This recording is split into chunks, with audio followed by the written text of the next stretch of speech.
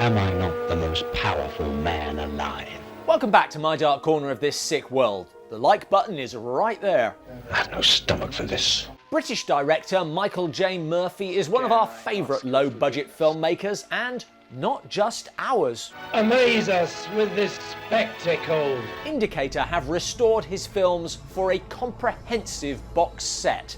Am I supposed to be pleased about this news?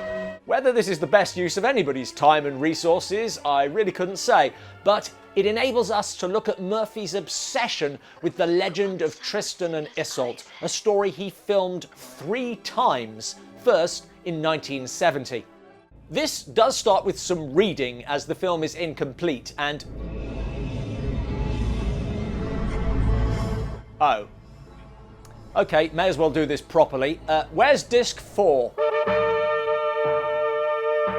The 86 version opens with another candidate for the Dark Corner's Uncomfortable Bra Award. Before we meet our hero. I am Tristan of Lyonesse. In Ireland, facing down the Irish King's champion. He's a giant. No.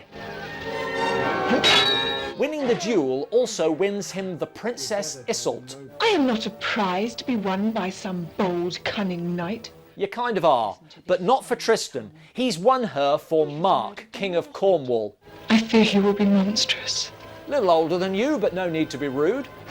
I will the sea to claim me! On the journey, they face shipwreck. And I have no desire to dally in this barbaric land. You've been to Cornwall before. Pop-up bandits. And fall in love. So, this is Shrek. Except that Mark of Cornwall is actually a pretty decent sort. The bad guy is Melot, whose sorceress now offers him a potion of invincibility, which he tests on his henchman, Hagron.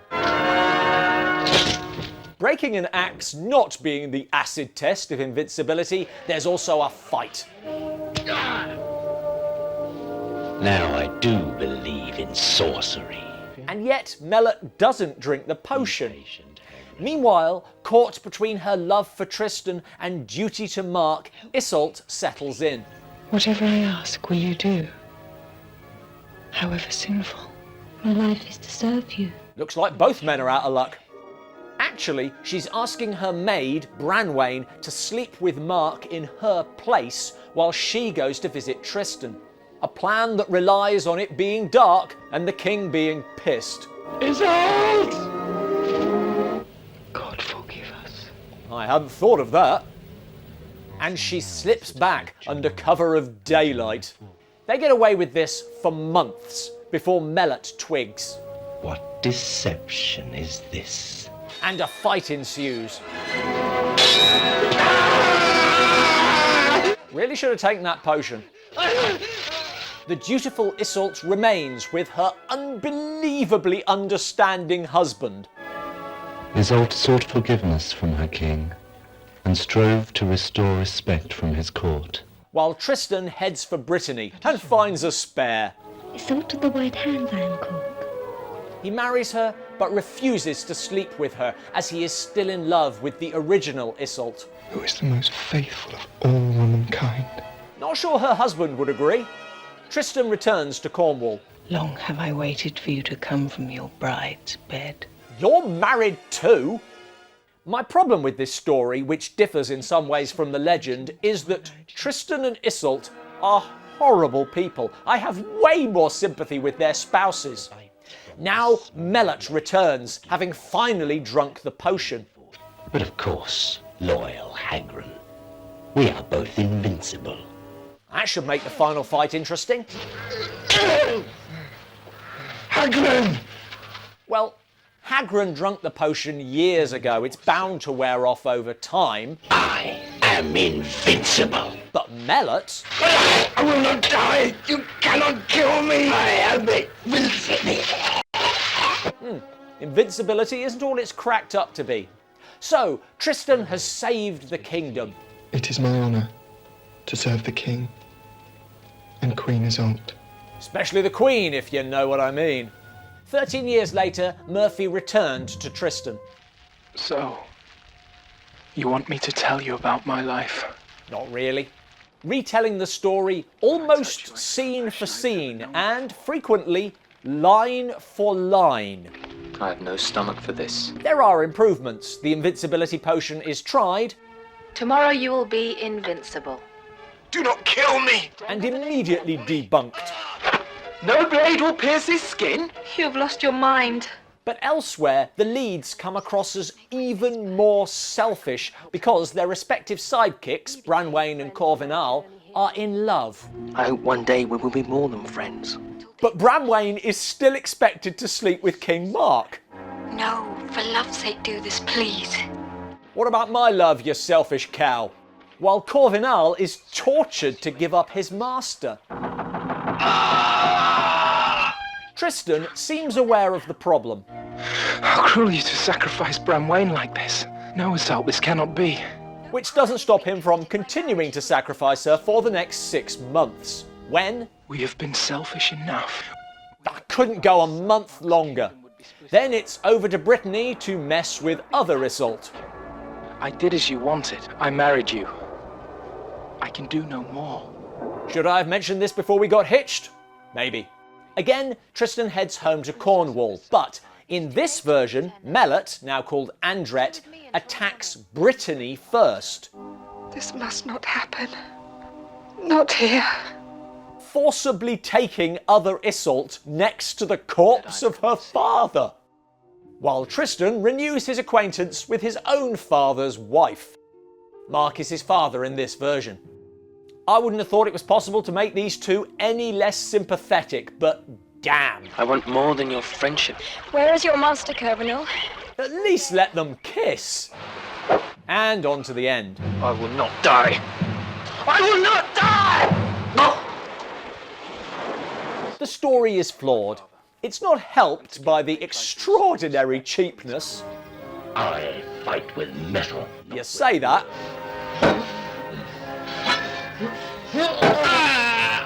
But what really drags these films down is not a budget issue. It's the dialogue. I must not forgive he who is clothed with sweet joy and might. It is stultifying. Clothed and covered with the nuptial dark, soft like a bride went Branwain to your bed, and to Tristan went the queen. Speak English! And there's so much of it. No words are needed. And yet, the 99 version does have less of the cod Shakespeare, but the lines still drop like lead. No words can express the feelings in my heart. Thank God for that. And none of this is helped by the acting. You speak as if you're in a trance. They all do. What will become of me? And so, with a conscious feeling of dread, it's back to the 1970 version, made before Murphy had acquired all that filmmaking experience. Why hate me so? This version is incomplete. The first surviving shot comes after the shipwreck. Who left a frisbee here? The restoration has added explanatory titles and used some of Murphy's own camcorder footage of the projected film, so quality jumps. Unfortunately, most of the soundtrack is lost. Even more unfortunately, some of it has survived. And the sun will spring above the sea, then fall, and the stars will rise and sink, while we dwell after change of sun, and flourish under star. Shut up! Most of the film is covered by added music, which makes it oddly like watching a silent film, and you know what? It's not terrible. Taking away the dialogue certainly helps, but there is also an energy to this version completely absent in the other two. Even the effects have a sort of fantastical handmade quality. It's not great. When Iseult sneaks away from the king, they walk past the horse she has waiting. She holds back, rides off, and Tristan runs after her. I feel like someone would have noticed. And the final act, which I haven't touched on, in all three versions is beyond tedious. The sets are cheaper than ever, but the acting is way better. I kneel before you as a maiden, with my sinless 16 years, full of sweet hopes and thoughts. But today I saw a knight whose face burned upon my eyes as if they had been turned on the naked sun. Even negotiating that dialogue. And Melot assaults Iseult, making her more sympathetic. No one is more surprised than I am, and it is possible that after watching the first two, I was just grateful no one was talking. But it's got a sort of naive charm. And it wins the Dark Corner's Man Who Knew Too Much award for sometimes the work of a talented amateur is better than that of a professional. And I was of little help. Thanks for watching. For more about these films, join us on Patreon as an acolyte. What are your favourite mythological films? Are there any we should review? Let us know in the comments below. You fool! Get out!